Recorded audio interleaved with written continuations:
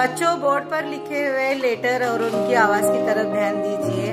सबसे पहले ऊपर क्या लिखा हुआ है, फिर उसके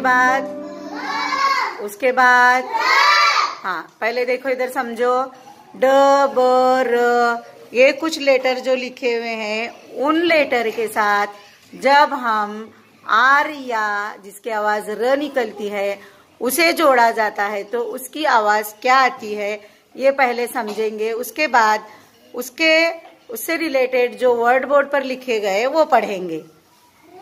B R C R D R T are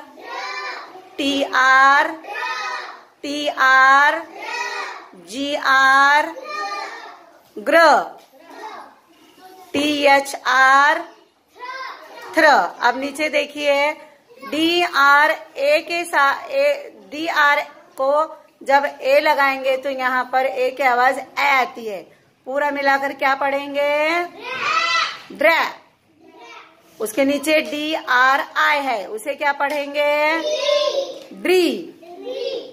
DRO लिखा हुआ है, उसे क्या पढ़ेंगे, ड्रॉ। और DR के साथ U लिखा हुआ है, क्या पढ़ेंगे, ड्र।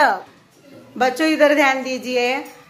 अब यहाँ पर कुछ वर्ड ऐसे लिखे गए हैं जिन लेटर के साथ आर जोड़ा गया है और उसकी आवाज बी के साथ आर रहा तो ब्र, सी के साथ आर रहा तो क्र। इस तरह के बने हुए यहाँ पर वर्ड्स लिखे गए हैं।